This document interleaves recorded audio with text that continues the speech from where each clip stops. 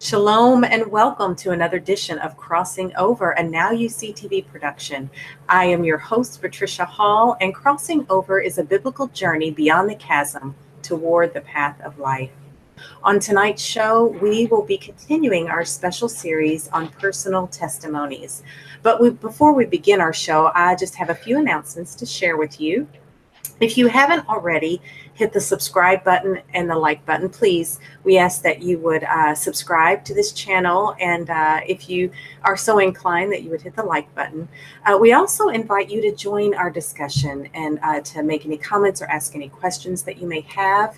And you can do this by going to nowuctv.org, and it will give me just a moment to share with you.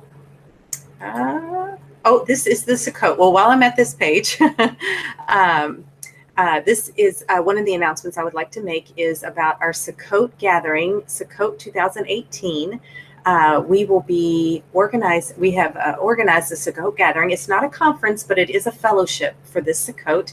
It is at Sukkot2018.org. You can get all the information that you need for that. That is September 24th through October 2nd. You can register here, learn what to expect, a little bit about us. So you can do that at Sukkot2018.org. And I'm trying to find, here we are. If you would like to join our discussion, you can come to nowuctv.org.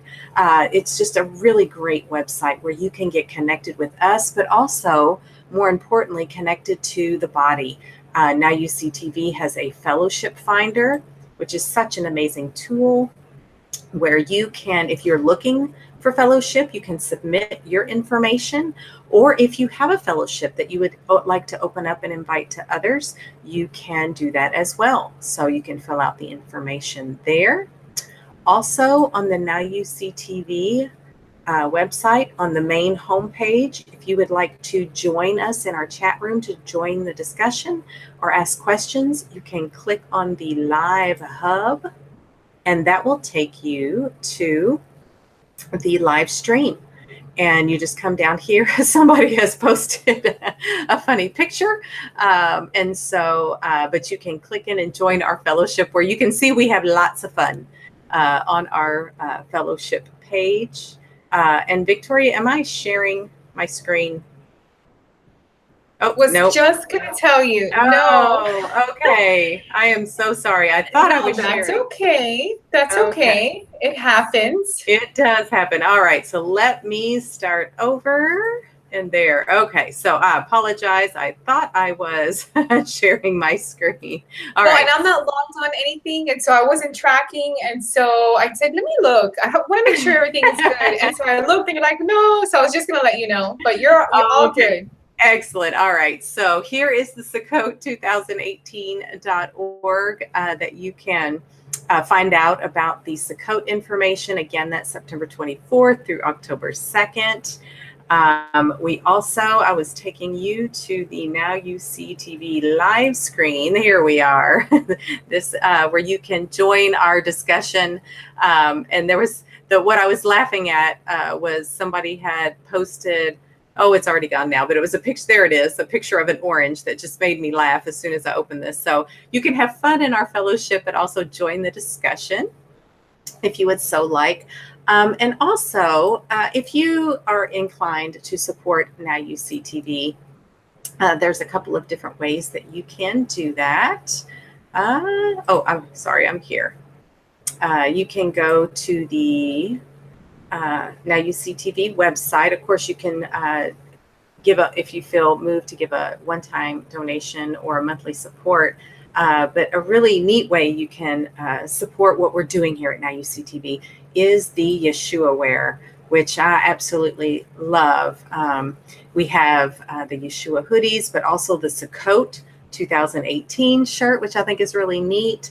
So it's just a variety of different ways that are more than just clothing. It's an opportunity to share and witness what the Father is doing through his body, through the fellowship. So I will The last thing that I want to go over is the last announcement I'd like to make is the Take on the World Conference is coming up in August 24th through the 26th. And you can go to Take on the World 2018 for... Patty, I'm so sorry, but it's kind of stuck on the Sukkot page. Oh, is it? Okay, yes. let me... So I think you have to click if you have it on your... Oh, okay. I apologize. Okay, That's so... okay. Since I am having technical difficulties, I will go ahead and just give the information. I was attempting to share my screen, but it was not working well. So, but you can go to, for the Sukkot, it's Sukkot2018.org. You can go to that website. For the Fellowship Finder and the Yahshua Wear, and just all things Now UCTV, that is nowuctv.org. You can join our chat room there, which would be, it's just a great way to fellowship. If all you have is virtual fellowship, please come over to the nowuctv.org website. It is truly an amazing group of people that we call family. And I went over Take on the World. That's what I was going over. It's Take on the World 2018. That is August 24th through the 26th. There is so much there. So many speakers. I know John Pounders and David Carrico will be there, I believe, on the 25th, that Saturday. And I believe they're going to be doing the Midnight Ride live at the conference. So that would be amazing. And then if you want to get connected with us here at Crossing Over, we have a Crossing Over Facebook page, also the Now UCTV Fellowship Facebook page, or you can email any of us here at Crossing Over at crossingover8, the number 8, at gmail.com.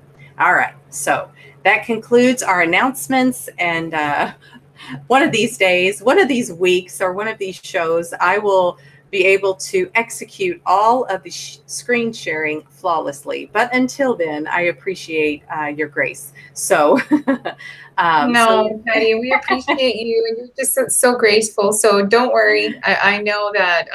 Trust me, I know. It's like, and you want to get all the information out there, and so I understand. No worries. Exactly. There's so much information, and I do want to share. There's so much going on, and we fully understand what it feels like to not just to be kind of isolated and not have fellowship. And so there's just a myriad of opportunities to come together, and I'm so grateful for the ministry of Now UCTV and all of everybody who's connected with Now UCTV, so that we can provide all of this outreach and fellowship. So, but that concludes our announcements, and now we are going to move on to tonight's show, which I am excited about. I'm truly humbled to be able to be a part of this show, Crossing Over, because Crossing Over is a biblical journey beyond the chasm toward the path of life.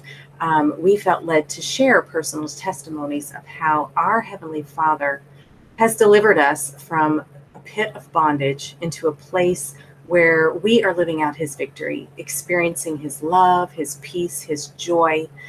And I was so absolutely overwhelmed and encouraged when you and Jessica Arianes began this series last week, or 2 weeks ago, I guess now, when Jessica shared her testimony.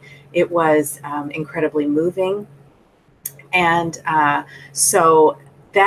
is the point. That is the point of us sharing our story of His victory in our lives.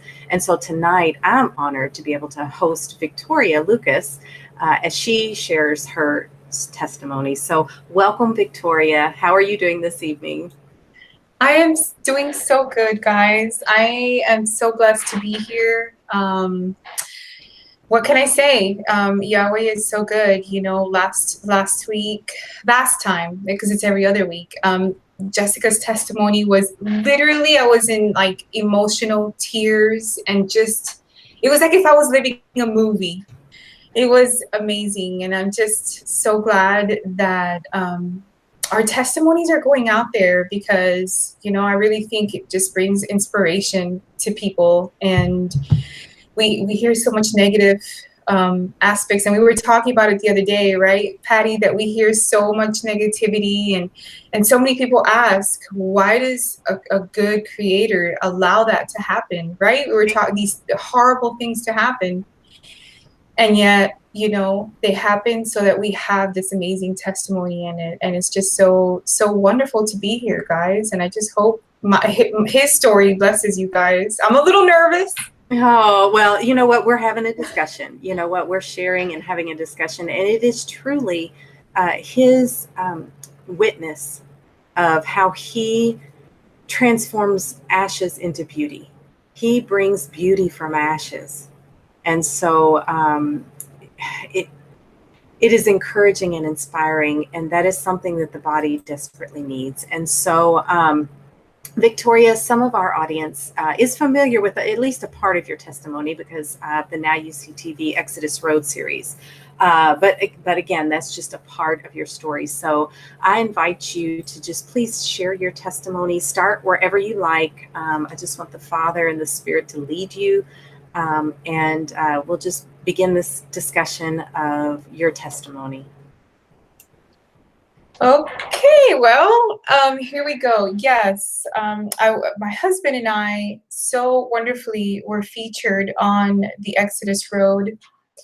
I remember the phone call. We were out camping, and John Hall, your hubby, calls my hubby and says, "Hey, we'd like to get your testimony." I was like, "No, I don't have my curling iron. I had no makeup. You were lending me lipstick." Isn't that funny as you know, coming out of Babylon, like what we think first, you know, but it's just real. It's just, hey, we're just being real here. You know, but I'm going to tell you guys, it was the most, honestly, if there was a time in my life that I can like pinpoint, Patty, it was the most liberating experience of really like my whole life. Besides a supernatural event that I had that I know spiritually, I was released from something spiritual, not good, negative. That this opportunity that Yahweh gave me to really give my testimony was really just so powerful. And when it went out, I had such an amazing, wonderful, beautiful words that just encouraged me. Like, you know, just when the testimony went out, just the encouragement that I received, and so many people thanked me, and I kept saying, it's not me, it's the Father, it's Yeshua, the blood of Yeshua. And so I want to just go back a little bit because you know, I know maybe people have seen it, but you know, I wanted to express a little of my background. I grew up in a household with pretty much a single mom, but before my biological father left the house, I don't remember really when it started, but until the age of about 15, I was sexually molested by my father for a long, long time. I don't remember when it began, but it pretty much ended when I was 15. And so that is a lot of gruesome stuff, and I'm not going to get into that. But it was a situation where, you know, as a Christian girl growing up, I remember there were times when I hid in closets because I didn't want to live anymore. I felt so just dirty and just horribly scarred for the rest of my life, you know.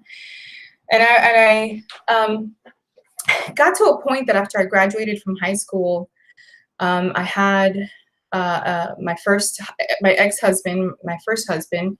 I was married to him. Well, first he was my high school sweetheart, but really I got together with him because I really needed a father figure in my life, but he was just very controlling. And I look back now and he was just very narcissist and just he beat me down horribly, you know, with his words. Sometimes I wish it would have been easier if he would have hit me, slapped me, because I would have left the marriage a lot faster than what I did.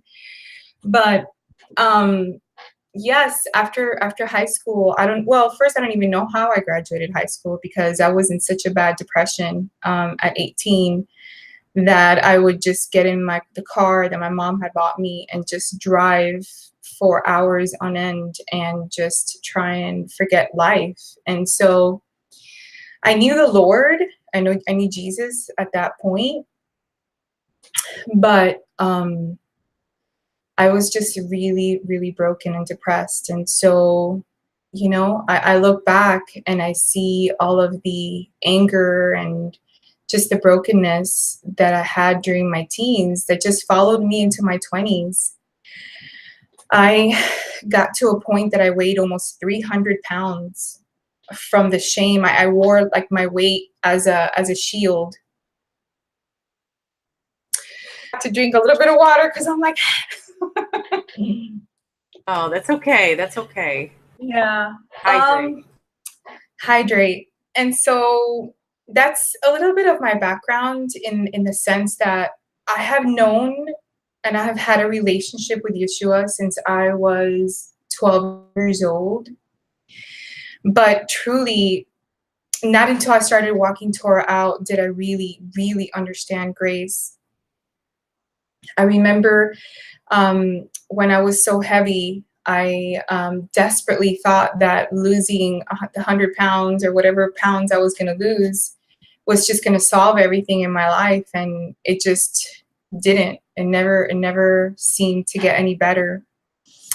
And so I had a gastric bypass, which I'm sure there's a lot of people out there that have had the gastric bypass, and they think to themselves, "Oh, it's going to fix everything." So yeah, I lost 150 pounds, but I couldn't live with myself. I didn't know who I was because I had been so heavy for so long, Patty, that I just could not look at myself in the mirror because I didn't even recognize myself. In 6 months, I lost 90 pounds. And I couldn't eat the food that I wanted to eat. And so it was just wave after wave of just time after time of depression and just never being able to really overcome these things. Since I was like 12 years old that I came to know Yeshua, since that moment, I started going to therapy, physical, like psychological therapy. And I was the self-help queen, like Jessica said. I read every book I read every book that I could from every psychologist you could possibly imagine. And things just never seemed, I'm talking about 40 years of just, going around that mountain and never being able to overcome some of these issues. And this is really why I want to tell my story, because, everybody looked at me from the outside, and especially when I lost the weight, everybody looked at me and they saw this because I'm everybody sees me. I'm a happy-go-lucky kind of on the outside, but nobody knew my inner dialogue and my beating down of myself. I had so much grace for other people, but I didn't have grace for myself. And so I got a divorce. I actually, the reason why I got a divorce was because I had an affair as a Christian. And I've never said this out in public or anything. I did. I had an affair because I just felt that nobody loved me. And I'm not making an excuse because what I did was wrong. I actually paid for it for 7 years of consequence. When the Bible tells you 7 years, 7 years too. And I lost everything when I did what I did. And so, but it's crazy because it goes to why I have this sense of gratitude, because if out of that event and that sin that I partook in, Patty, is how I met my husband. And, there's just no words to tell you what my husband has been for me. And so I moved to Kentucky. Everybody always asks me, I'm originally from Miami, Florida. My background, my parents are Cuban. So I'm Cuban American. And so when I met my husband, I was a successful real estate agent. I thought I was never going to get married again. I had a terrible divorce. And I truly thought I was going to be in ministry for the rest of my life. That's what I was going to dedicate my time to. And so the father had different ideas. I met my husband, who had a 5-year-old son at the time. He is my son now. He's 16. He's about to be 17. And it was love at first sight. Love at first sight. And so we got married. And then 3 years into the marriage, he decides he wants to go into the army. And I'm like, what? I'm not an army wife. Like, no way. And he just really begged me and begged me and begged me. And so I took it to prayer, and I knew that the Father was telling me, you have to do this. I didn't understand it, and I didn't know why. But Ryan, my husband, was desperate to serve his country. And I had to give up, a successful career in real estate. He was a mortgage broker, which he hated. Ryan, a mortgage broker? No. I know you're cracking up. No way. He was like, no. I never knew that I could never in a million years picture him doing that. So yeah. Yes, which in my mind, oh my goodness, it's so great. I get the clients, I transfer them to you. So I had this whole thing in my mind that we were doing so great. He's like, nope, I want to go in the army. And I'm like, no. So yeah, we spent 6 years in the army. 6 years in the army. And I had Olivia, my Ryan's son, which is my son, Hunter. He is 16 now. Then there's Olivia, who just turned 10. And really, when she was born, I became a stay-at-home mom. Although it's so funny, I was always trying to work, do something, because that was the value of who I was, which was how much I worked. And then my son Bradley was born in 2012, at the same time that we were coming into Torah.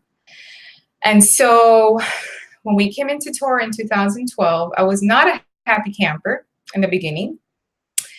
My husband one day comes to me and tells me, yeah, we're going to a Shabbat, a Sabbath gathering at the time. And I loved church. I was one of those, like, I love church. I was in everything. I was volunteering. I went to every class, everything. I loved worship.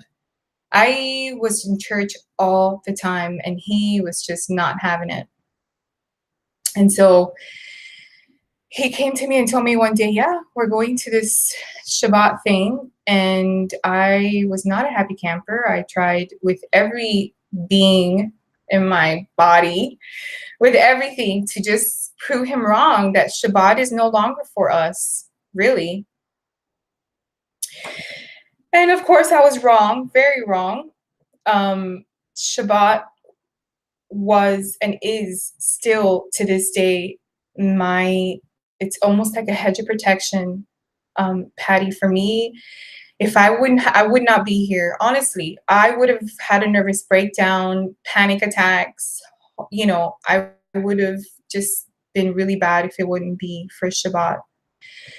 We got out of the army and in 2015, and it was a very, very difficult time. While we were in the army, it was very structured. And a lot of military moms and military wives out there can attest. It's so structured, and everything is so, in a way, it's a very difficult life, but at the same time, everything is so provided. You have health insurance, you have your housing, everything is just you're so taken care of. But you're so indoctrinated to you're really broken into a system of really what is Babylon, you know? We're just getting out of that. When my son was born in 2012, at the same time that we were coming into Torah, my son Bradley was born a pound 11 ounces, literally. And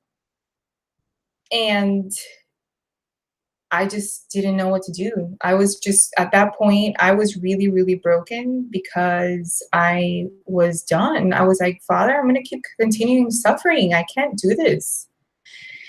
Because 5 weeks into, we were 87 days in the NICU unit in Texas, in Fort Hood, Texas. And 5 weeks after we got out, my husband left to Afghanistan.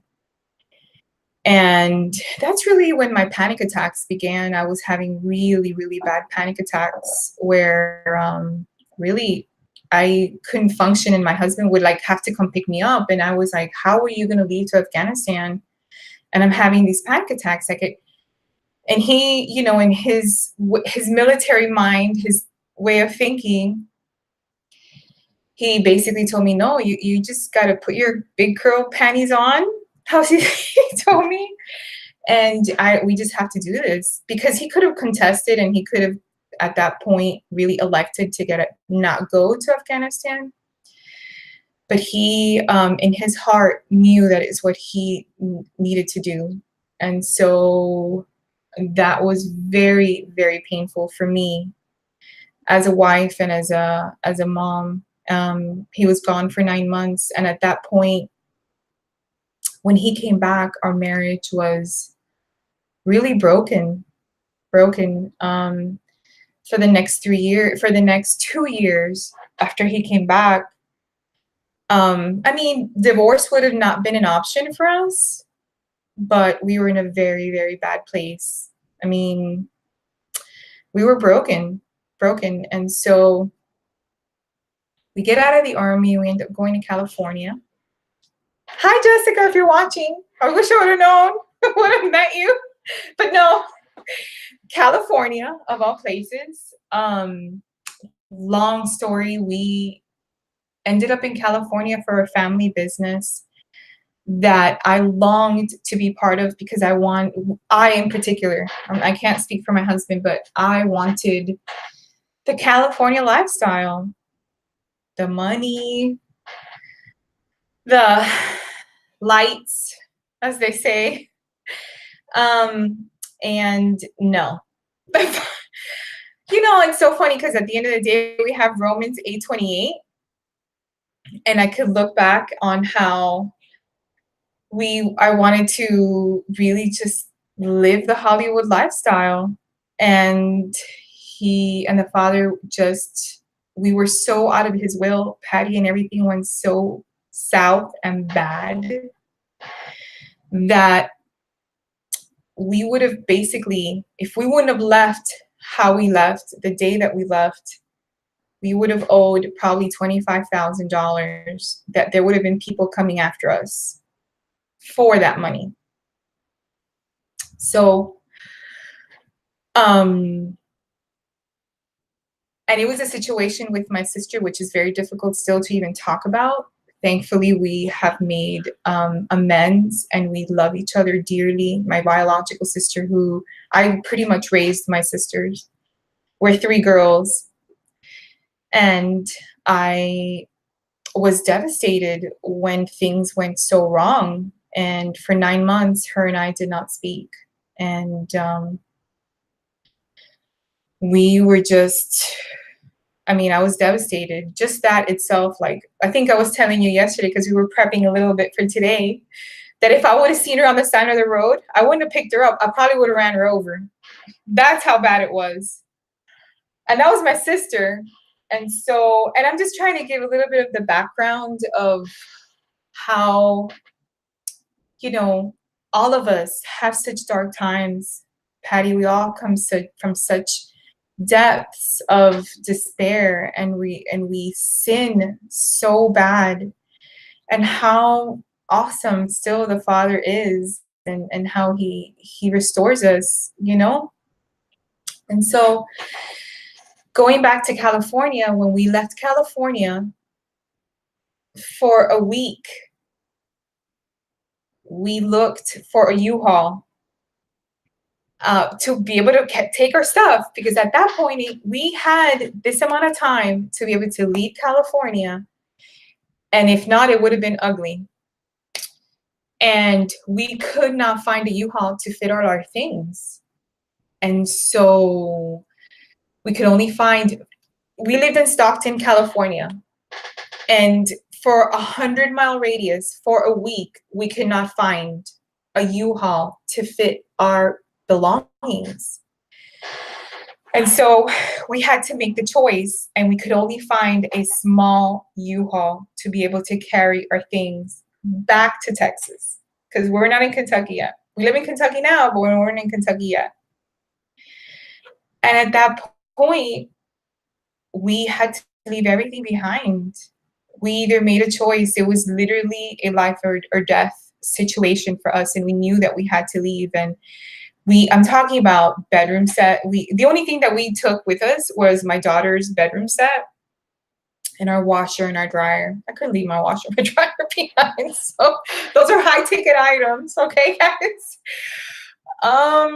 Everything else, when I tell you sofa, tables, just oh my goodness. So we had to leave it behind. And we were like, oh my goodness, we were homeless.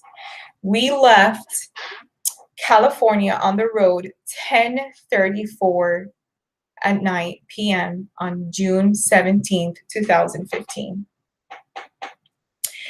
We hit the road, which you ask yourself, why didn't we leave at 10:30? I don't know. Myself at the time, I couldn't believe that my husband was like, no, we're leaving right now. And it was because there were shots going around us, like people were shooting at each other, because where we had to get an apartment once, we didn't know anybody, and we had to leave where we were at, and we had to go to like the cheapest place around us. And so we went to like the bad side of Stockton, and there were like shootings all around us all the time. And my husband's PTSD was like through the roof.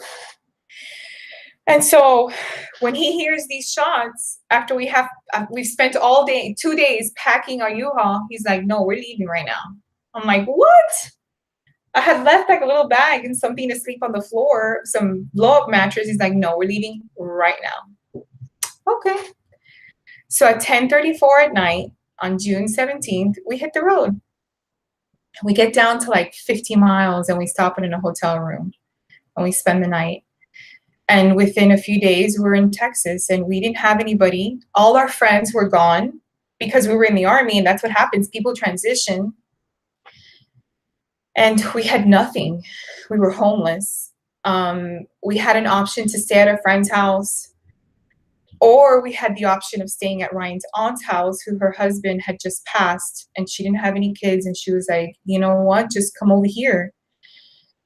And that was in itself a godsend, like a godsend. Like, she helped us out so much.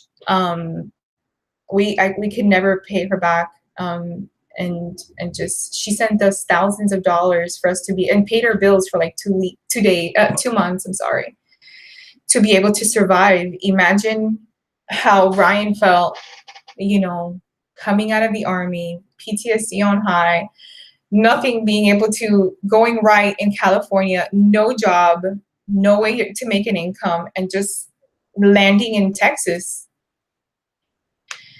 So at that time, he figures out, well, I was a medic in the Army. What I'm going to do is I'm going to go to nursing school. And so he went to nursing school. And that in itself was nursing school, which your hubby's a nurse, you know, crazy, right? Yeah, yes, it is very crazy. Nursing school with 3 kids. A mother-in-law lives with you, which your hubby did it with kids too, because a lot of people go to nursing school, but they're super young. They have no kids. I mean, all the pressure of nursing school plus kids. I mean, and it's funny because hopefully Ryan will give his testimony one day.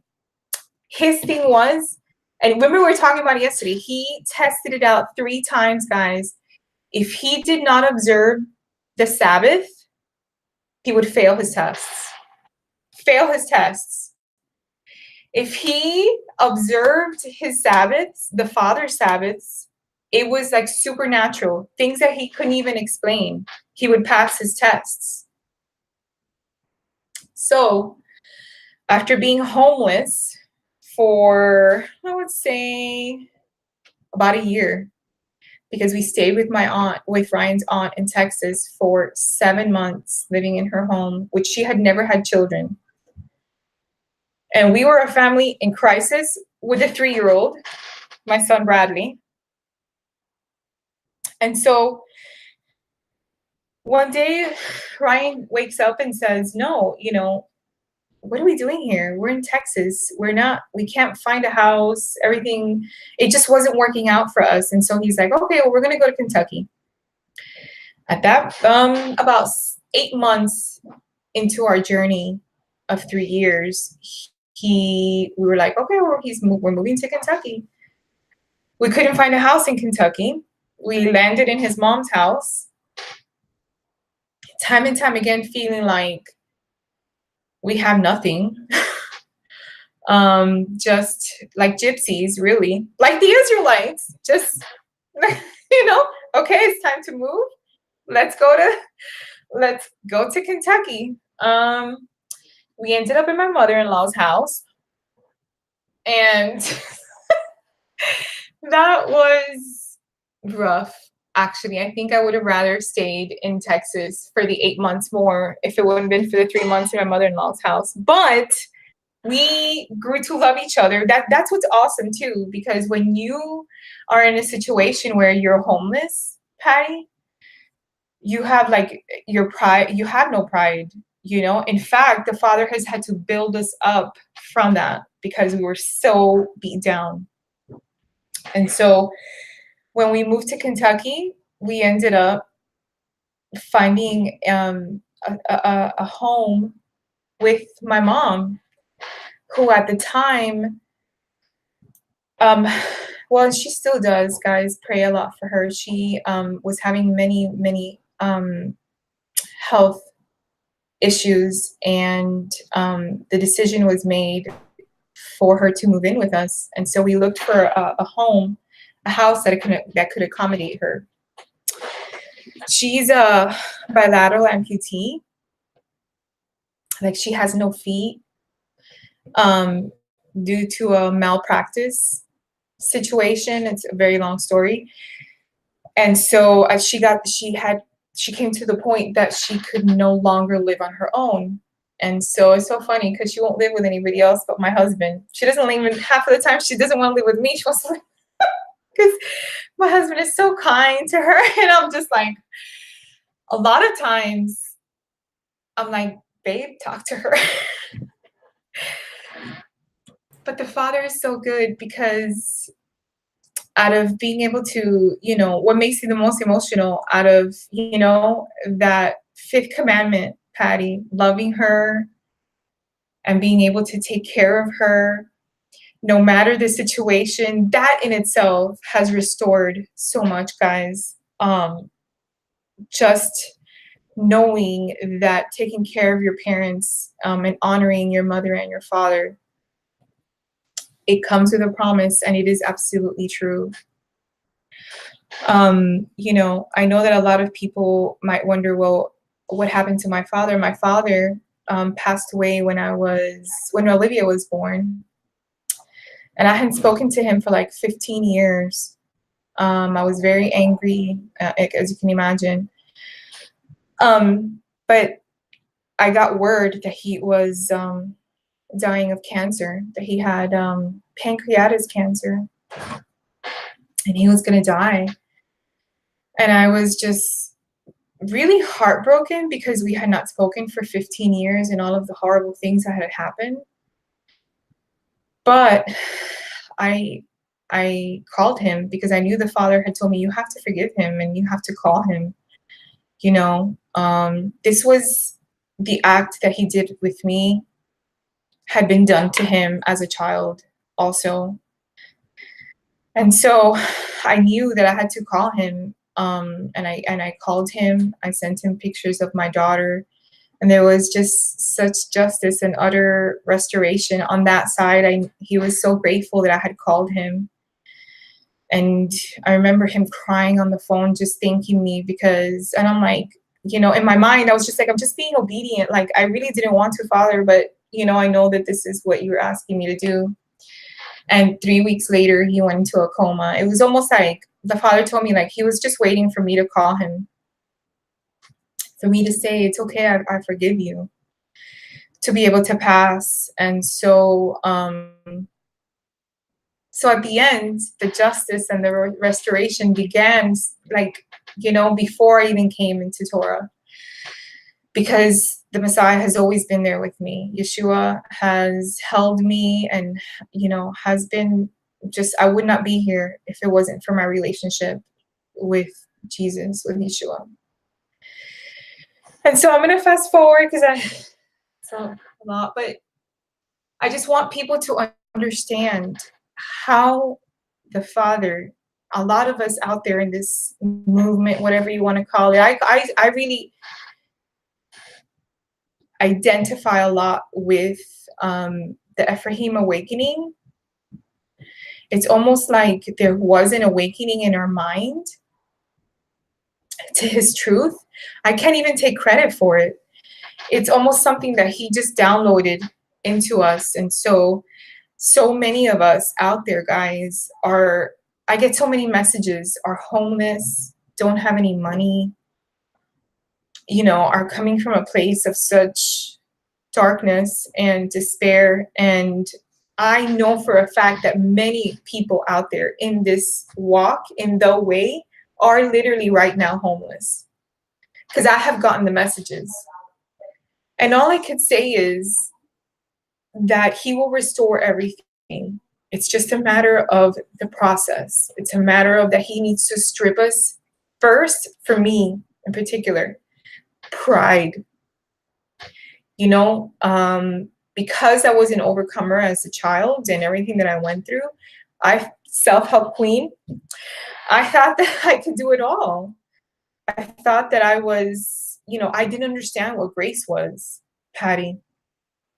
We lived in a place of just prideful, and just the 3 years. And so my husband just graduated nursing school. Yay! And this is crazy to us. He literally graduated 3 years to the day of the day that we left California. Praise Yah. Praise Yah. I just have to jump in and just because I know, I do. I know that exhilaration of, you see, just all it's the fruits of the labor. Just you've been working and sacrificing, and this day comes.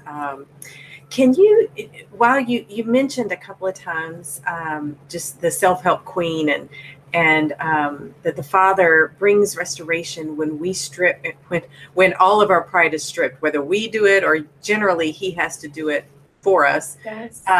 Can you talk a little bit about this cycle of the deceptiveness of self-help and the cycle that it keeps us in when we're trying to, in our own strength, heal? Yes. We're trying to bring our healing.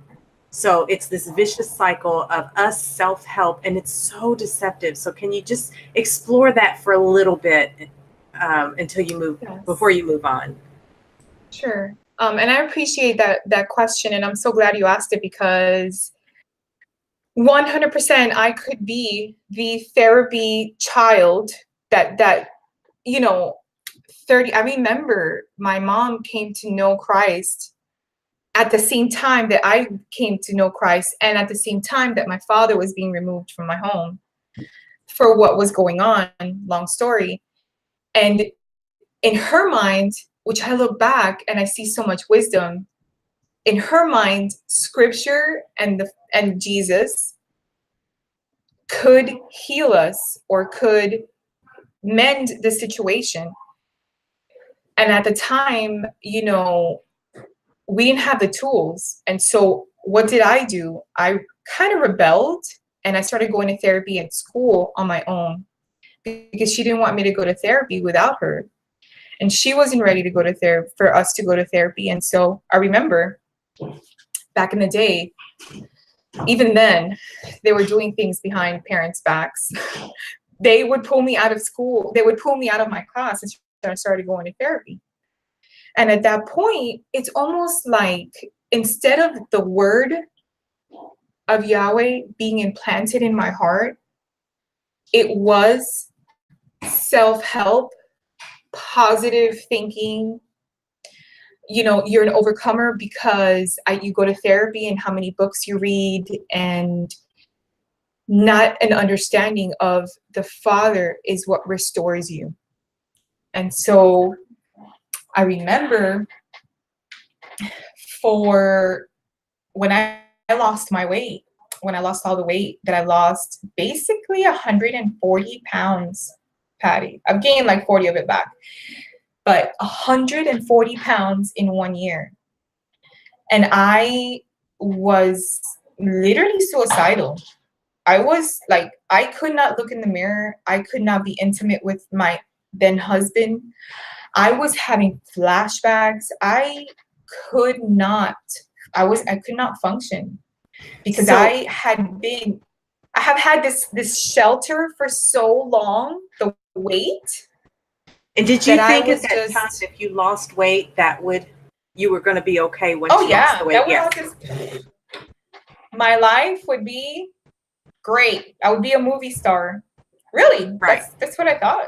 Exactly. I thought all my problems kind of articulate that okay, because that's this self-help cycle, and I'm not bashing counseling or therapy. Well, and that's kind of what I wanted to say too. Right. Go ahead. Yeah, we are not, bashing or in any way diminishing the effects, the positive effects that people can get from counseling, but it's where is the authority? It has to be in the Father's regenerative healing power. So, but yes, so you think when you're in these self-help movements, I think we lost Victoria, but I'll just kind of, until she's able to come back on, that we think that, if I lose the weight, then my problem will be solved. If I attain this or attain that, then this problem will be solved. So now that you're back on, go ahead and just sorry about that. Yeah, no worries.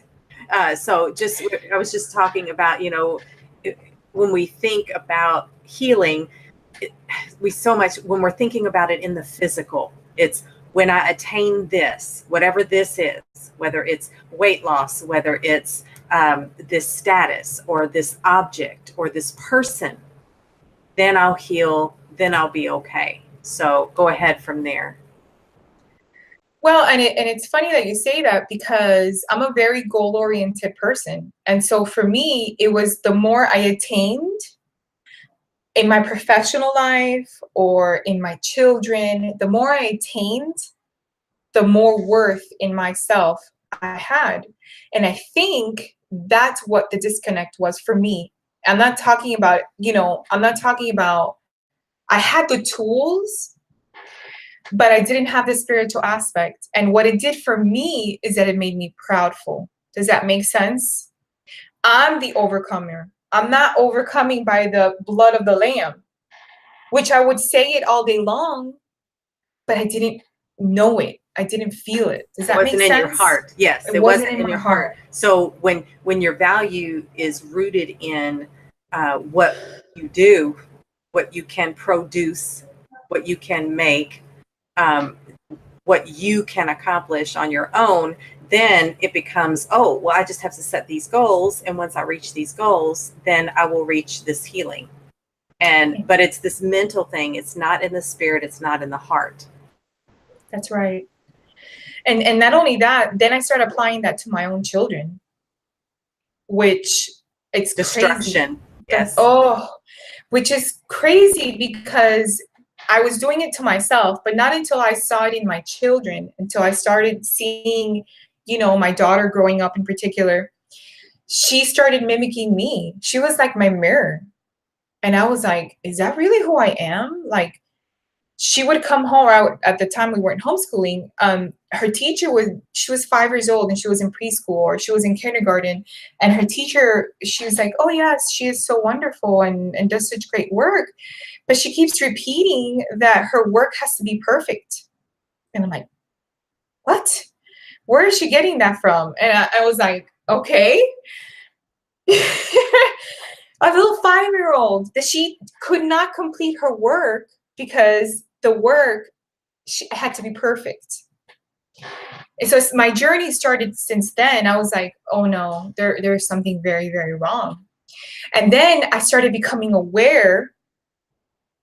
And what was my go-to? Okay, so what book do I read? What Right. yeah, I have to attain knowledge. What video can I watch? What knowledge can I acquire? And none of it was working. None of it. In fact, the more I tried to correct it, the more rebellious she became. And when we started walking out Torah, in the beginning it was a disaster. Like, guys, don't be Torah terrorists. Torah terrorist right here. No. Recovering Torah terrorist here as well. Or recovered, yes. Recovered Torah terrorist.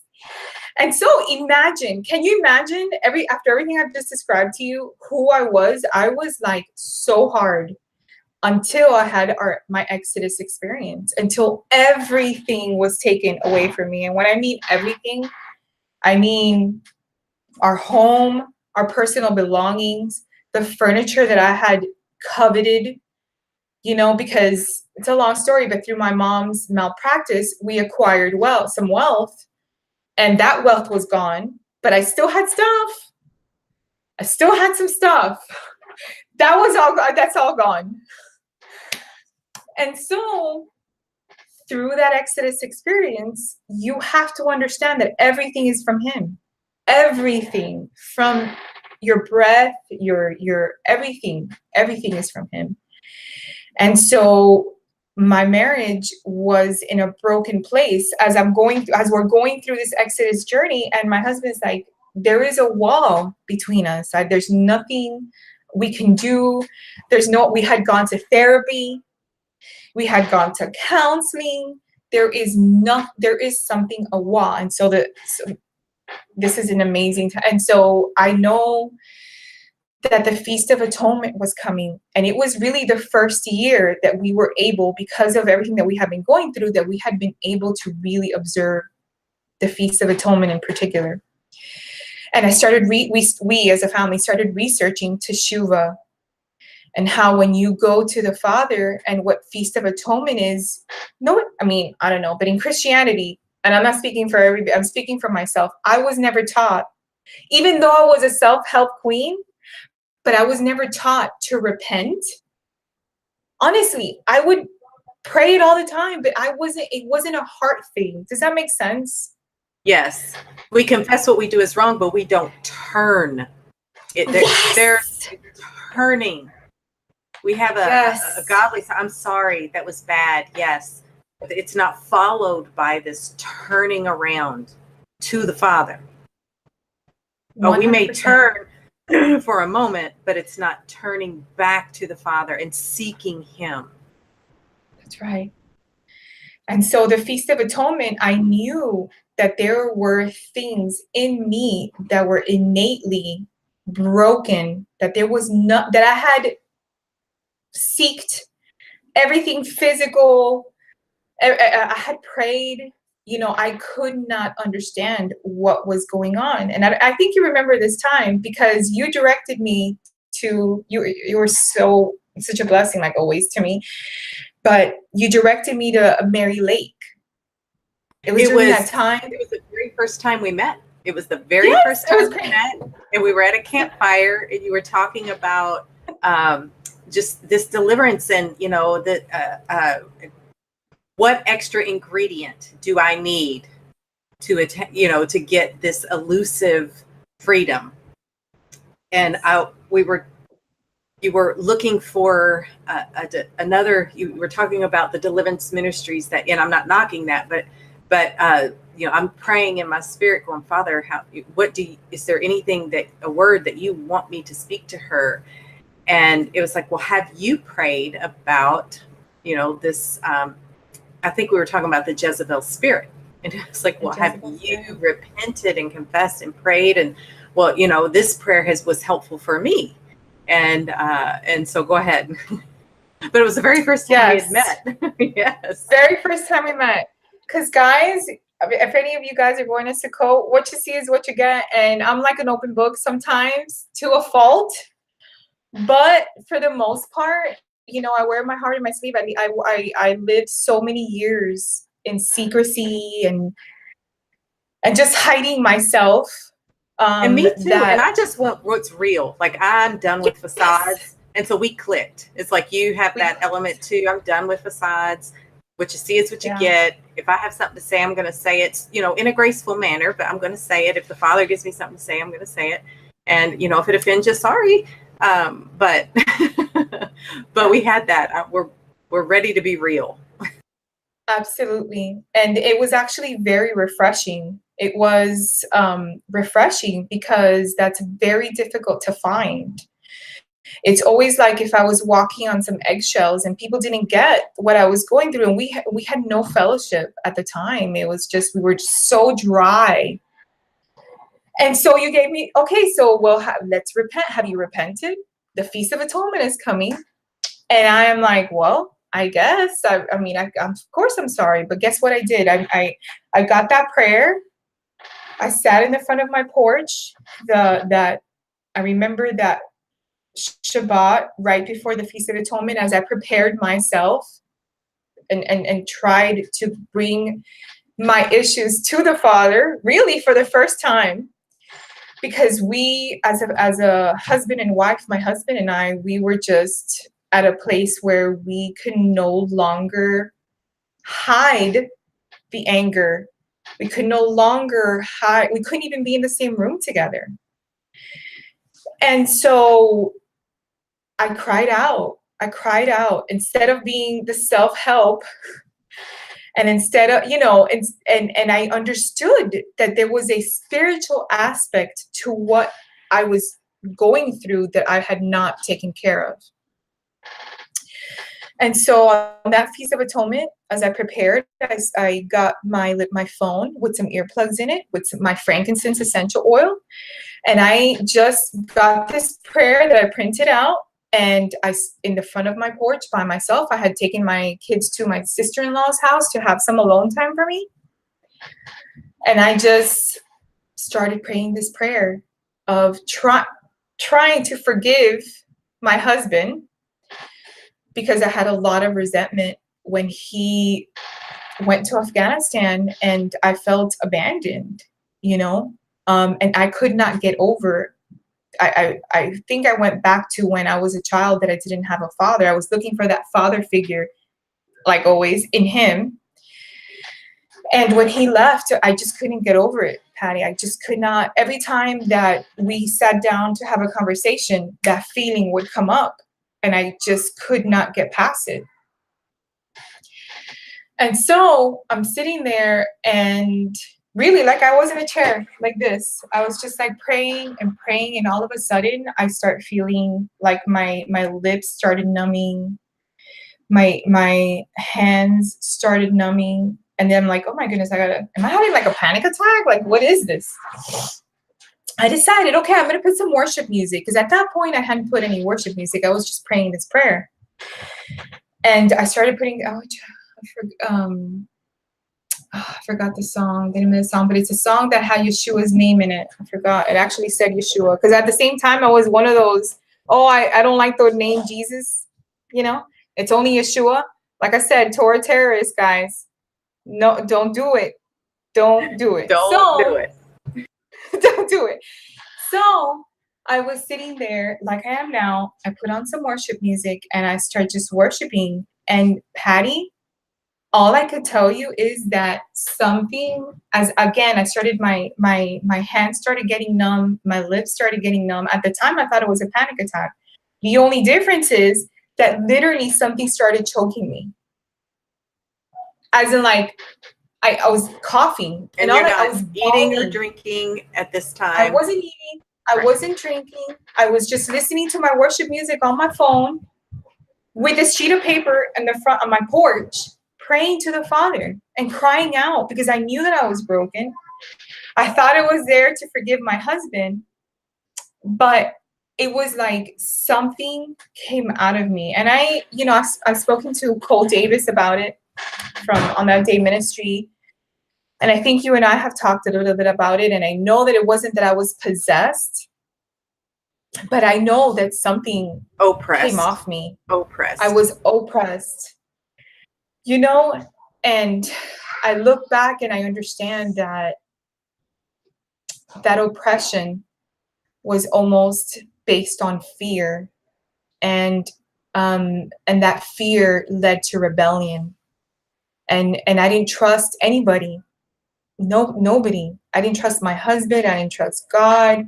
And so I'm sitting there, just crying out, and instantly I knew that it was based on a rebellious spirit from fear. And all I could do is just cry and cry. 45 minutes later, I'm jumping up and down, giddy, like, what do I do? Like, I felt 20 pounds lighter. I'm on the floor on the porch, just like bawling. So would you say it was the first time that you relinquished control to the Father?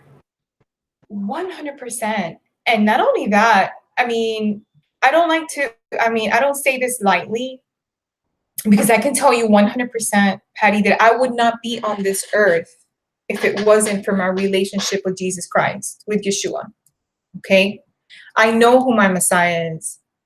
But that born again moment that the Bible describes of the water, and it's like if I crossed over to the other side. It was like a veil that came down, and I was free.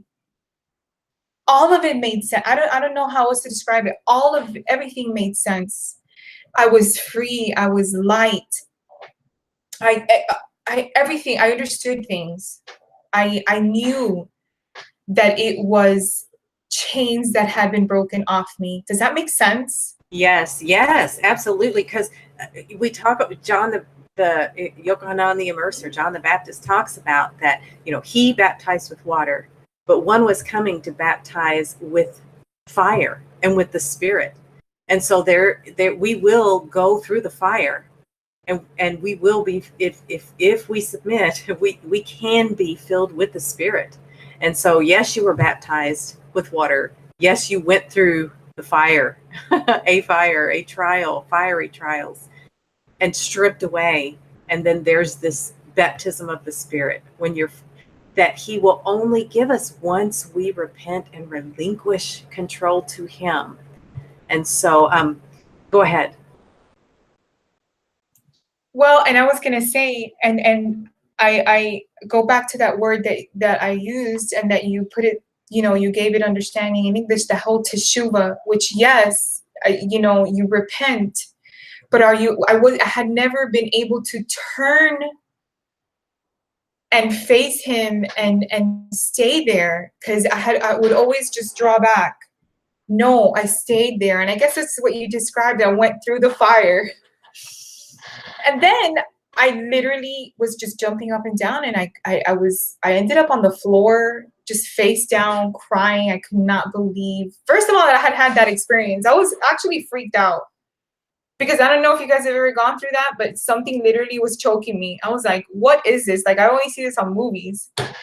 But well, the enemy saw you were this close to victory, and they don't like to let go. They don't want to let go, because now you're going to be effective. Well, and it's funny that you say that, because for me personally, at that moment, like I said, I truly had a born again moment, because to this day, my husband tells me that I was instantly like a different person. I always wanted to be that Proverbs 31 wife. I always wanted to walk out the fruits, because I have them on my window. I always wanted to walk out the fruits of the Spirit. I knew the scripture, but there was a veil, something there that did not allow me to do that. or, you know, and I don't want to say nonchalantly, oh, it was the devil that made me do it. No, it was a wall that I could not get through to the other side, to that other side. And so truly, that's really when things started. I don't take credit for it, but as a family, no joke, things started turning around for us on that moment. And I don't take credit for it. And of course, because and I'm not saying that my husband doesn't have flaws, okay? But my husband was really, and again, he has his struggles, but he was already there. Does that make sense? He was already there. I don't know. He was already there and yes. I wasn't. And it was just like we couldn't connect because he was already on that other side and I wasn't. I was filled with just anger and rebellion and mistrust. And so from that moment on, the floodgates of heaven started just pouring on us. That's when we started, from the testimony that I gave you, John Pounders and John Pounders contacted us. That's when the Exodus Road was filmed, which, by the way, guys, you see 20 minutes or 22 minutes of it, but you were there, Patty. That was a 2.5-hour testimony that was recorded between my husband and I, and there you saw chains being broken in that recording. And that's what I was just going to jump in and say. It was such an honor and privilege to be present in that moment, because the Father enabled all of us who were there to be able to peek into the spiritual. And this was not planned for us. It was purely like we did not know what was going to happen. The Father had given my husband a vision for this Exodus Road series because, again, sharing testimony of people's Exodus Road. And so we had no clue at all what either of your testimony were. That we had only met you, once or twice. Once I met you on trumpets. And that was it. And so we did not know you at all. And so we're in prayer, and he's like, you know what, let's ask them if they'd be willing to share their Exodus Road. We knew no details at all. And so it was the Father's plan, and he knew all the details, and he put all of us together because we were all looking to him.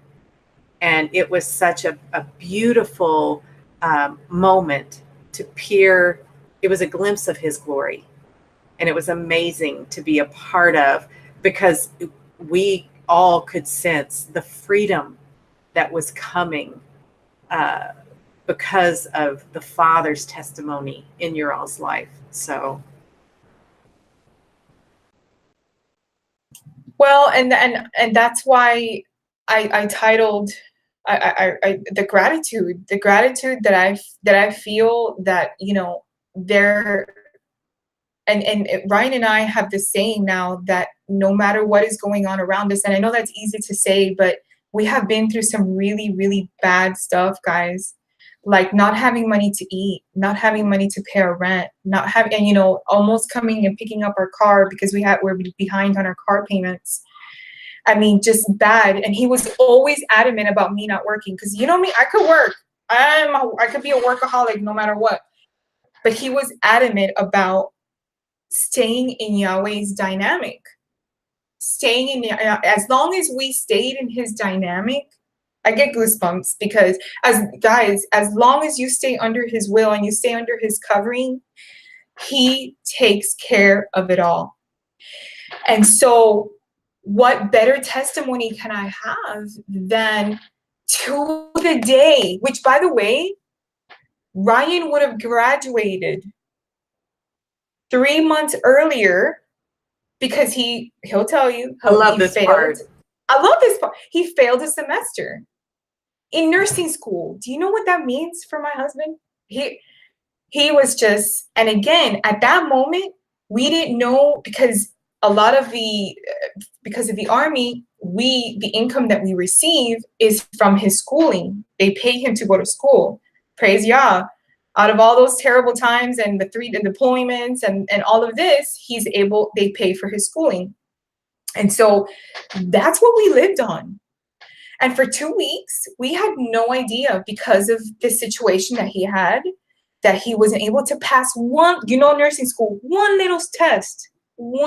little test, Patty. I know. Yes. We had no idea if we were going to be able to pay our rent, our food. And, I have to say that my mom has been such a blessing, because, every step of the way she has supported us in prayer and just many times in finances, I pray every day that the Father helps her and blesses her because of how she has been with us, and a lot of our relationship has been restored from that gratitude that I have, And so that word gratitude, guys, that's why I titled it gratitude, because there is nothing that he will not restore. Does that mean that we won't go through hard times? Of course we're going to go through hard times. We're going to be persecuted. We might find that we are martyrs. They may take our children. We don't know. We know that the future is not good. That we know.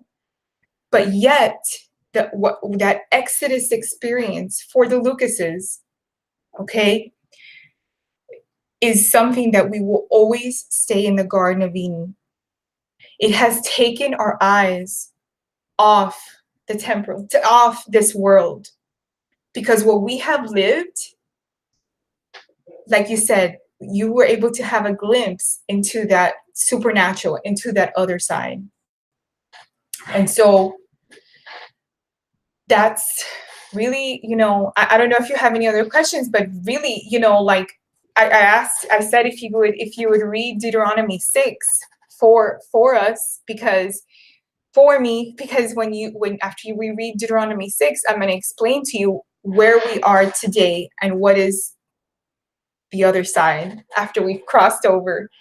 So do you mind reading? I would love to. I love reading his word, and I would absolutely love to do that. So, but I think just to expand upon, I think what you were saying was, had he not had that one small test failure. Sorry.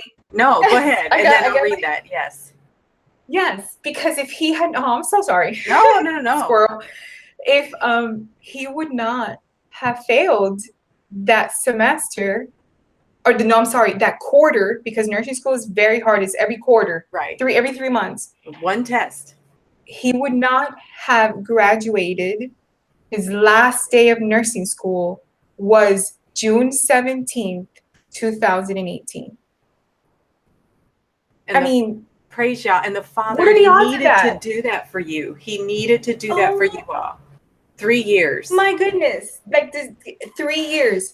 Yeshua's ministry. Paul was in the wilderness for 3 years. All of the number 3 is like huge. And so we hadn't even realized, actually, because Ryan's aunt, who we ended up living with, her birthday is June 17th. And so she was like, oh, I was talking to her that a few days before the 17th, she's the one that said, oh my goodness, 3 years to the day. I was like, what? Oh my gosh. Yes, Father, this is, we had no idea.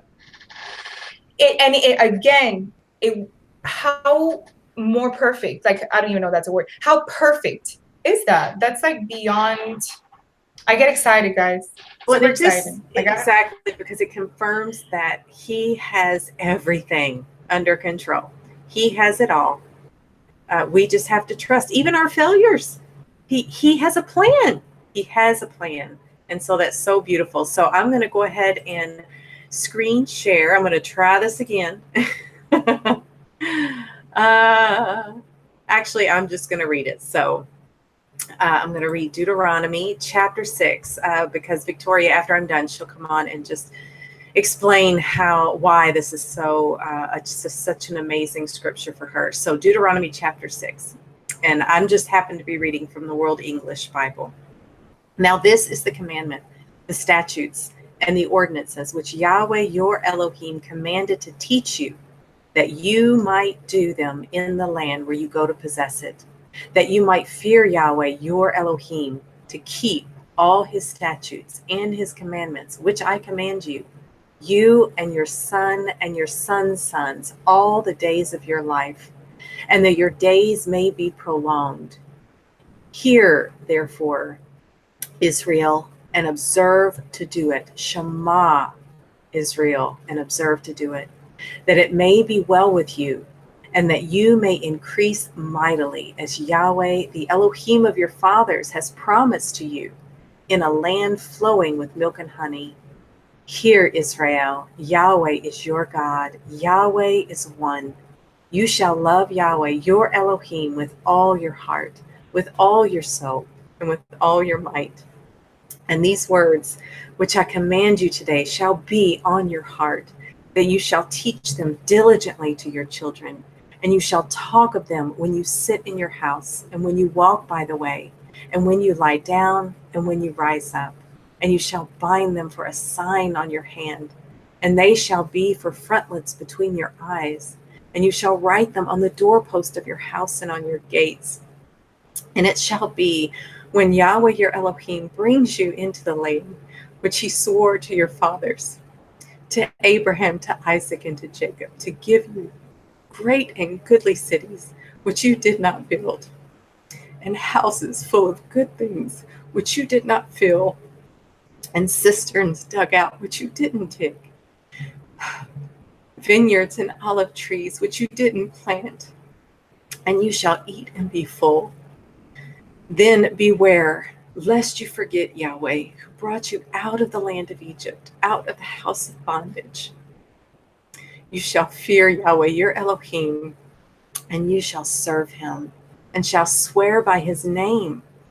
You shall not go after other gods of the peoples who are around you, for Yahweh, your Elohim, among you is a jealous God, lest the anger of Yahweh, your Elohim, be kindled against you, and he destroy you from off the face of the earth. You shall not tempt Yahweh, your Elohim, as you tempted him at Massah. You shall diligently keep the commandments of Yahweh, your Elohim, and his testimonies and his statutes, which he has commanded you. You shall do that which is right and good in Yahweh's sight, that it may be well with you, and that you may go in and possess the good land which Yahweh swore to your fathers, to thrust out all your enemies from before you, as Yahweh has spoken. When your son asks you in the time to come, saying, what do the testimonies, the statutes, and the ordinances which Yahweh your Elohim has commanded you mean? Then you shall tell your son, we were Pharaoh's slaves in Egypt. Yahweh brought us out of Egypt with a mighty hand. And Yahweh showed great and awesome signs and wonders on Egypt, on Pharaoh, and on all of his house before your eyes. And he brought us out from there, that he might bring us in to give us the land which he swore to our fathers. Yahweh commanded us to do all these statutes.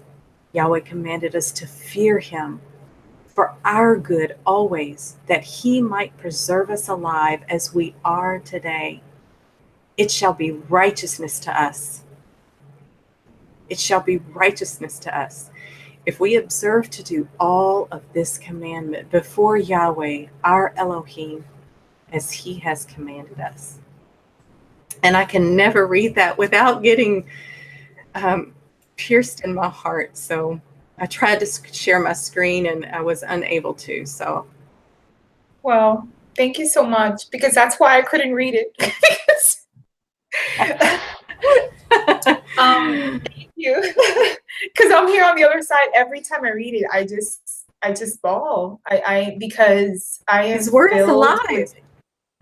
His word is alive, and I mean, I wish I could I don't know how else to impart it, but what you just read, Patty, has been our experience. You know, do we do it perfectly? By no means. We do not keep the calendar the way we should. Shabbats, we don't keep, again, what is the best way?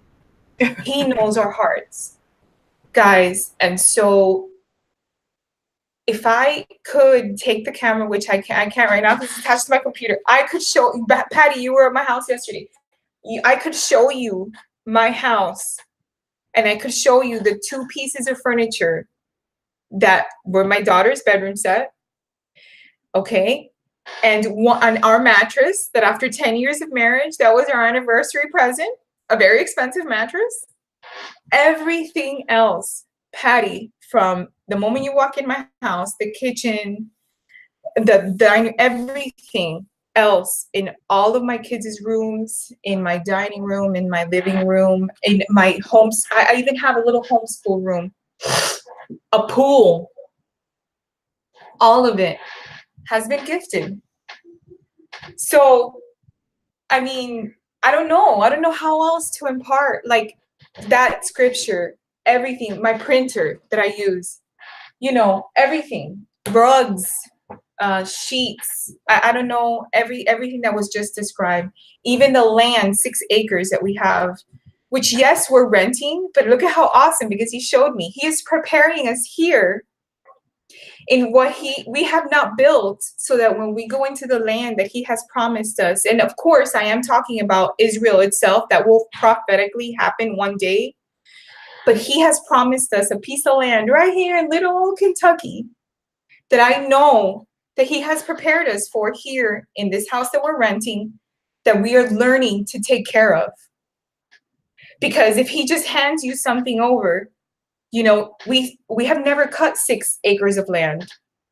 You know, we have never owned a home that needs to be taken care of. So we're right now practicing to be able to go into that piece of land that we know that he has for us. And all of the dreams that we have that don't come easy, that there will be hardship, but he is preparing, and he has a Goshen for us. He has a place of provision no matter what is going on around you. And it takes time to get there. And so just embrace, I mean, I don't know if this is okay to say on NIUC but embrace the suck. It's okay. It's okay. It is okay. Choose joy. Choose joy and embrace the process, because we need it. We need it. If he just hands things over to us without the Exodus process, we will squander it. And we will squander it. We will, when he gives that warning, lest you forget. Yes. So when we're grateful in the middle of our trials, you know what that means? He's training us to be grateful in plenty and in want. So if we're able to grab hold of that attitude of gratitude and thank you, Father, that I am in the middle of this trial. What do you want me to learn? How do you want me to grow? What do you want me to get rid of? Like, just seeking him in it for every single provision, for every piece of bread, for every breath. He's training us to be grateful when he then brings us into that land. And with when those who can be trusted with little will be trusted with much. So we're learning where we are at, wherever you are at, you are in training to receive the promised land. We're all in training. And so we have to learn to be grateful in the midst of trials and in the midst of storms. Gratitude is key. It is the cure for depression. It is. Go ahead, sister. I could not have articulated that any better. So thank you so much, because exactly that's what, you know, my heart feels. And I know that it's not just a feeling that will flee, you know, that it's so rooted in my being that, you know, and I'm not calling on anything, but I know that there could be very many horrible things that could come our way. But in his covering, we are in the Garden of Eden, no matter what is happening around us. And so that's what gratitude does. Gratitude gives you the ability to stay out of depression, stay out of anger, stay out of hurt. bitterness. And really, the gratitude helps me walk out the fruit of the Spirit, because I feel like, Father, what can I do for you? What do I do? What song? What is it that I cannot not do for you? Does that make sense? Absolutely. And uh, pursuing a state of living in a state of gratitude does not mean that we're not going to be mad or sad or frustrated, or that it is possible to experience sorrow and gratitude at the same time, and peace and sorrow at the same time. Like it is possible to be to be sad and sorrowful. I mean, it's not like we're happy-go-lucky all the time. You know, when there's a loss, we grieve, we mourn, but there is a peace that we can have, and yes, we can be grateful in that state of mourning. So I just want to say that, to kind of clarify that. No, and I appreciate that you said that, because I by no means want people to think that I am diminishing pain or diminishing the journey itself, because it is a process. And it's a process where you will hurt and you will cry and you will have loss. And a lot of times I miss my friends, and I miss, the life that I used to have, that I thought I wanted. But I'm always able to come back and say, I choose joy and I choose gratitude. And that's not just me, it's everybody out there, because he put that in me, because of his character and because of what a good father he is. And I in no way want to say that it's an easy walk. It's actually very narrow. Your husband says it all the time: narrow, narrow, narrow walk. Yes. And you will be stripped of everything. I just want people to understand, and not that I'm a pioneer or anything like that, but I've been through it.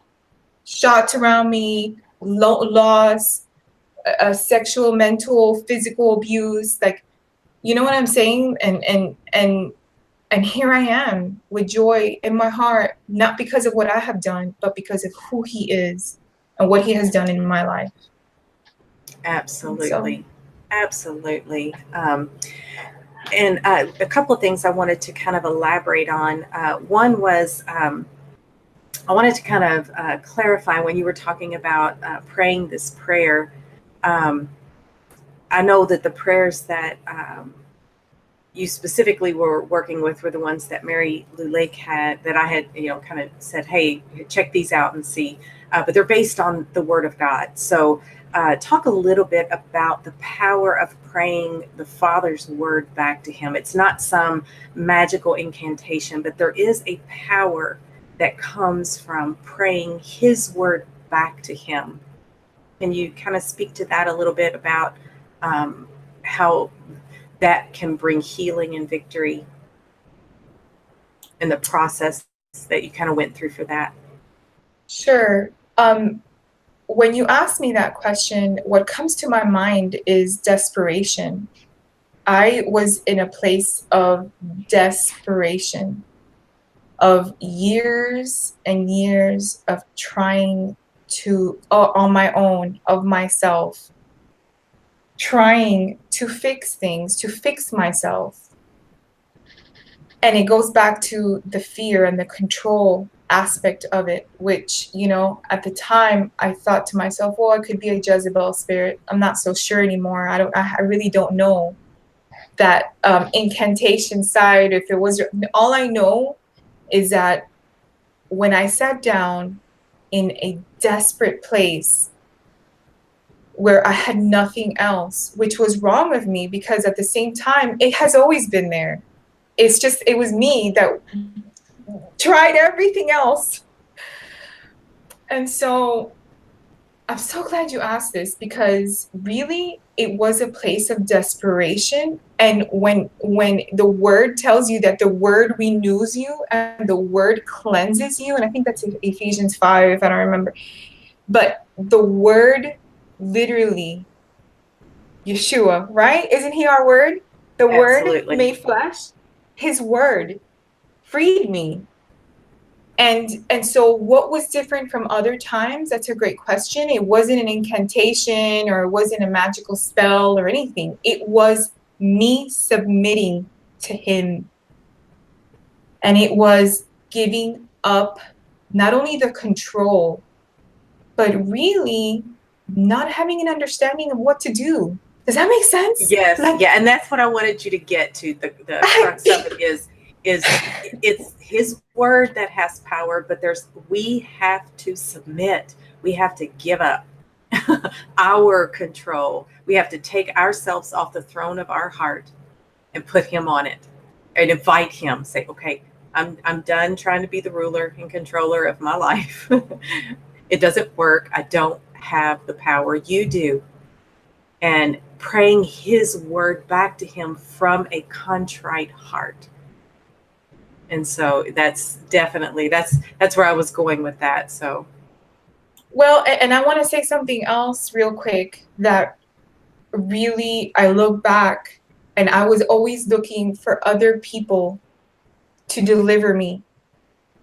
I wasn't going to the source. Does that make, like, I wasn't going to the source. I was going to YouTube videos. I was going to deliverance ministries. And yes, you know, I had the guide of a piece of paper with a prayer, which I couldn't even finish. Honestly, I had the intent of sitting there and praying this prayer, but even before I could change the prayer, before I could even finish uttering the prayer, this thing was coming out of me. I don't know. I mean, what I do know is that I was desperate. I was desperate. And I had nowhere else to go. I had no other video to watch, no other book to read, no other friend to talk. I should have known. No, I should have known. I'm not going right. to go there. But I Yeah. had nobody else but him. Does that make sense? Exactly. Well, and that's So where shoulda, he coulda, brings us. woulda. Yeah, no, because that's where he wants us to be. That's where he wants to bring us to, is this place, and it's a precious that battering ram of revelation. You know, it's a precious, painful place to be. Is vulnerable and submissive and inviting him to take over. So yes, and is there anything you want to say on that? I just had something else that I wanted to touch on a little bit before Real we. quick, and I just want to say that from that moment on is when almost that song that we have sang for so many years as Christians, now I can see that song. The blinders were taken off, absolutely, because from that moment on, it was like everything made sense to me. I did not have doubt. You know, the doubt went left my thought process. Does that? And I have no. There was no doubt, and really, now you see TV really came into my life, and really the fruit of the faith that was given to me, and the walk that I had at the time for 30 years with Yeshua, finally the fruits of the spirit were coming out. And so, yeah, like scripture is real, guys. I had to go through the fire for the fruit to come out. So that's what I wanted to say. Go ahead. Absolutely, absolutely. Something I'd like to touch on is the necessity of confession. Of I think it's in James that we confess to each other and pray for one another so that we can be healed. There's the necessary component of confession, of not allowing secrets. I think the evil one thrives in silence when there's a secrecy about sin, ours or others. So the evil one loves it when little ones are victimized and and are kept in silence. And so I'd like to talk a little bit about the power of breaking silence about abuse. Um, and so there has to be talk a little bit about the time of when you broke your silence, because I'm trying to find the words to say there needs to be, we have to find a safe place to break our silence, because breaking silence is important, but if it's not done in a safe place, it can actually be more destructive at times. So can you talk a little bit about the period of time of secrecy versus breaking your silence for healing to occur? Is that making sense? I don't know if I'm rattling or if I'm articulating that question well. It makes sense. It makes sense, and I totally understand where you're coming from, and because that secrecy from when I was a child, I look back and it didn't start with me. It's a generational thing. It goes back, I mean, like countless generations, the secrecy. And so absolutely, you know, and it's going to be a two-part answer for me, because honestly, when I didn't feel safe at all when I was sharing my testimony with you guys, but yet at the same time, it was a safe place. Does that make sense? Yes. Because it was an ordained appointment from Yahweh. And so a lot of times out of fear, we don't speak. And so I want to be very sure that a lot of time, you know, women and men, because this happens to men big time. I struggled a lot with I remember the moment that Jake, because Jake did my interview, I remember the moment that Jake asked me about my childhood.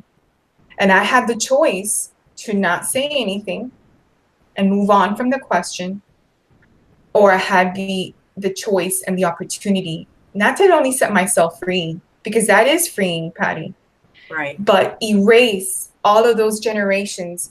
And I struggled a lot because I knew that maybe my mom would hear it, which my mom to this day hasn't listened to the testimony. I knew that there may, you know, my sisters, I knew that there were family members. But at that moment, I knew that I was in Yahweh's will. And even though it didn't feel good, I knew that I had to do it because I was going to be in disobedience. And from what I just described to you, I don't ever want to be in disobedience from Yahweh. And it's not a matter of salvation. And of course, we learned that it is blessing and curses. And again, being under Yahweh's will, I knew that it was ordained for me. So even though I didn't feel safe, because something like that in front of Jake, I had never talked to Jake. It was vulnerable. It was vulnerable. I was vulnerable, and I knew that it was an ordained moment by my Father, who loves me and was trying to heal me.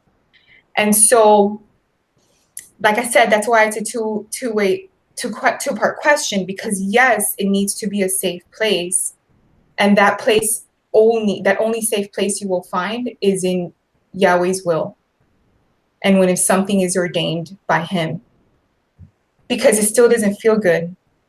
You know, I had butterflies in my stomach I had no idea. Like I was telling you, it's all jargon in my brain. I have no idea. I hope you have questions prepared, because I'm not. And again, we're an hour and 40 minutes into it, and there you go. It's the Father has ordained it, right? And so it's funny, we were talking about it in the homeschool show. I have learned to embrace the process and not murmur, and just know that, like Moses, He will give me the words when I don't want to do it. When I'm like, oh my gosh, my hair, you know, I don't, because I worry a lot about that, the outside, which He's dealing a lot with that in me. But I worry, you know, I get butterflies in my stomach. We're talking about it. It's not easy. You know, can YouTube be a safe place? No. Exactly. Right. No, guys. But at the same time, I know that this is ordained by Him, and this is a calling that He has given me. So I do what I got to do. All right. And that makes sense. It does. And that's exactly why I asked the question, is because you knew that was something that the Father was calling you to do. and that mold grows in dark places. You know what I mean?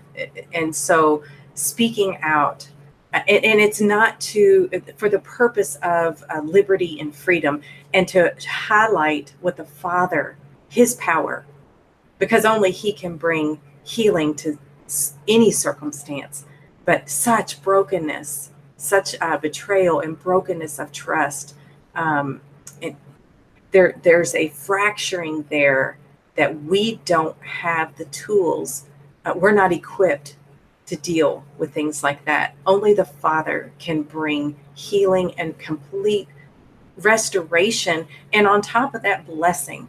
And so I wanted to speak about why we're doing this series, why we are talking about the testimony that the Father has done in our lives. That's why I think it's so important. Revelation 12:11, we overcome by the blood of the Lamb and the word of our testimony. And when you think about what was the purpose of the blood of the Lamb, is to make atonement for the sins of the world and for the word of our witness of him. This is part of our witness of him, of what he has done in me, what he has done in you, what he has done in Jessica, what he has done in the body of Messiah. We all have a story and a testimony to share. And so whether it's, as the Father, how he wants to bring healing or restoration, whether it's, in your marriage, whether it's a parental and a child, whether it's siblings, seek him in that, where he wants to bring healing. So we should be open with each other in a safe environment, in a safe place, as he leads, and then pray for one another. That we're given recipe, or not recipes, but we're giving we're given the how-to in Scripture of how to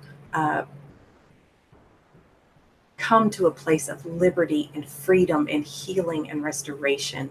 And so that is why we felt led to do this series. And so I am so encouraged and uplifted and humbled that the Father would allow me to be a small part of your testimony, but also just to be in this fellowship, this sisterhood alongside you, Vicki. And so I really appreciate you allowing me to be on this journey, this part of your journey with you and your family. So I just want to thank you for that. Is there anything? You're making me cry. Oh my goodness. No.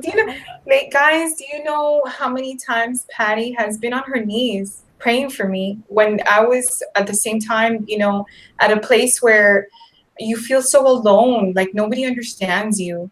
And you also, because part of that restoration is sending you where he sends you real brothers and sisters. Guys, I know so many of you out there have no fellowship. Hold on. Yes. It's a process. Don't get desperate, because there's a time that he wants you, just you and him. Yes. If I could go back. Yes. There's a time. Yes, there was a time when I was in California, when Ryan was in Afghanistan, and he thrusted me into this Torah walk, that there was nobody. And I wish I could go back, because now when the blinds have been removed from my experience, I look back and I know now that it's that he wanted that one-on-one with me.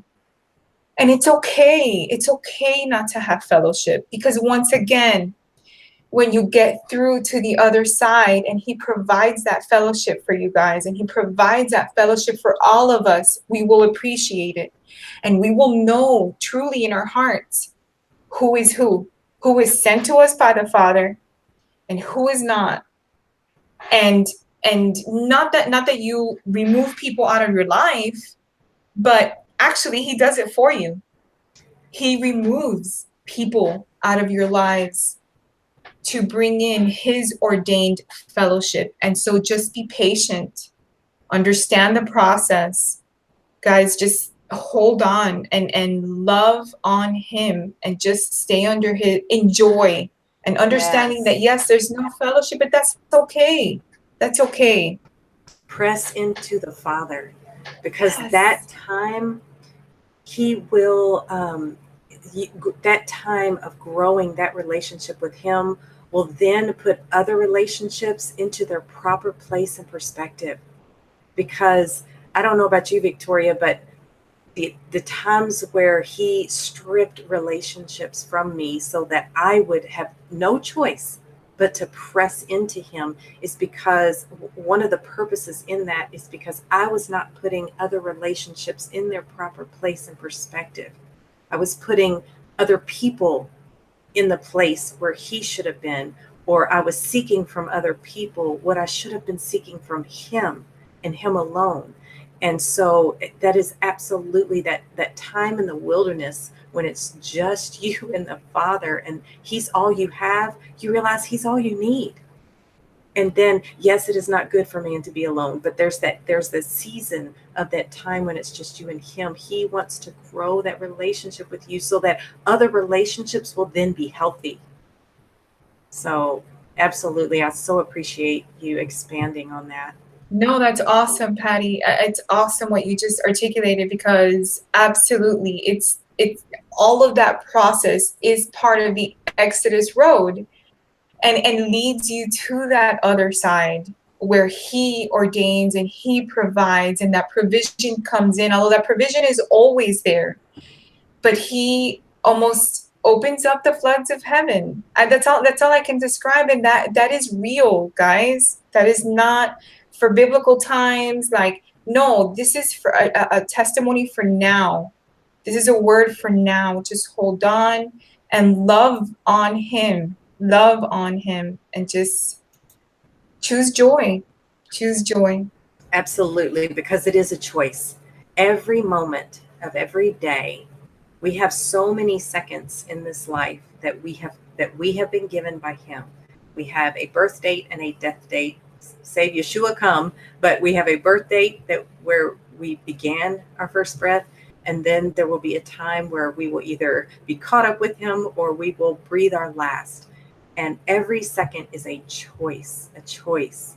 And so choosing joy, choosing gratitude, whatever is going on externally, choosing him. And so that's what our encouragement is for you. Well, and I know that we're short on time, but I want to say one more thing. I want to give a little testimony on Jessica. She came to my heart. I had a very, very close friend, basically for like 20 years, that July 4th was 1 year that she literally stopped talking to me. And, you know, she was not walking Torah. And not that we ever had, you know, arguments or anything, but she really didn't get what I was doing. And she saw it beautiful. And she was like, wow, I'm curious. But long story short, she one day to this day does not utter a word to me, does not talk to me. And let me tell you, that was still very so devastating for me. And it's funny because we were talking about ordained fellowship, right? And to understand that he has, now I see that the Father had to remove her out of my life to bring in just the right moment someone as precious as Jessica. Because those two persons, like you were saying, the priority, two people like that in that place would not have worked. And so, you know, a Jessica for me is for us is an answered prayer. Absolutely, absolutely. You were just gonna say that. I was just gonna say that right before we met her. Like you and I were praying. Yes, yes, and you know, so when people get moved and you feel hurt because someone stopped talking to you, many times it's because it's the Father removing them out of your life, because he has that perfect, it's almost like a chess game, that perfect piece of that word, that perfect person that really is meant to be there, provided by the Father to fill your heart. And you understand what I'm saying? And so it's almost like we're kindred spirits, you know? And like I could look back, and that hurt that I had from that friend of mine never speaking to me again was so healed in that understanding that the Father was providing the friendship that I have with Jessica, which I would not have been able to if I would have had that other friend. Because again, Jessica is such a passionate person, and she loves fiercely, fiercely.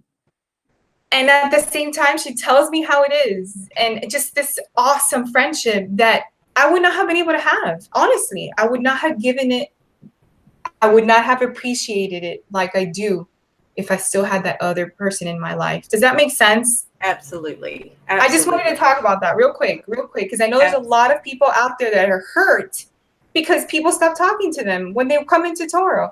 Well, guess what? A lot of times it's the Father. Right. And absolutely. So the bottom line is give it all to the Father. Whatever you're struggling with, going through, whatever trial, whatever hurt, whatever abuse, every single thing, whatever struggle, whatever blessing, whatever good thing is happening, give it all to the Father. Take it to Him, and He will show you what He has in store, in plan. And but He doesn't show you long term. The Father, it gives us a light unto our step, so that He gives us this much, because we can't handle. Quite frankly, we cannot handle more than that. And so He gives us the step because we can't handle it, but also because He wants us to keep Him in our view every second, every day. So is there any closing thoughts that you would like to share before we sign off? Oh, and I'm just, yeah, I was just going to say that again. I mean, I know I keep saying it, I'm just so grateful to Now You See TV and everything that that John and Stephanie provides, and the hard work of Jake and Jessica and you and John and Chad and the Baileys. It's such an amazing, amazing team, and I just feel so safe in this place, and I'm just so thankful, you know, for everything that the Father is doing. And you know, and I truly hope that my testimony has blessed people, because I don't want it to be about me. I want it to be about what He has done and who He is, and that's really my heart's desire. And so, yeah, that's my closing statement. absolutely. Well, I just again want to thank you, and want to thank the Father, and we want to thank you, all of the listeners, all of the viewers, our audience, our fellowship, our family that has joined us or that will listen to this. And we just pray for you. We really do. We keep you all in prayer. We are to pray for all the saints at all times, for all reasons. And so we humbly ask you to keep us in prayer. Everyone associated with Now You See TV, those in front of the camera and behind, the whole entire family, the whole entire fellowship, we ask that you keep us in prayer, because we all need it. You need it, we need it. And so we just thank you for that ahead of time. We also want to just let you know, if you want to be in contact with us, the way you can stay connected is, again, the Facebook page, Now You See TV Fellowship, the Crossing Over, a Now You See TV production Facebook page. If you have any questions, or you need prayer, you can, or if you need fellowship, you can go to nowuctv.org. You can message one of us on Facebook. You can email at crossingover8. Is it at gmail.com? Crossingover8. Yes, crossing over the number 8 at gmail.com. Okay, I thought it was Gmail. I just want to make sure. But crossingover8 at gmail.com. And we would love to connect with any of you for any reason. So thank you all so very much for tuning in to this special edition of Crossing Over. And we just want to thank you again. And we will see you next time. But until then, shalom. Shalom, everyone. Thank you.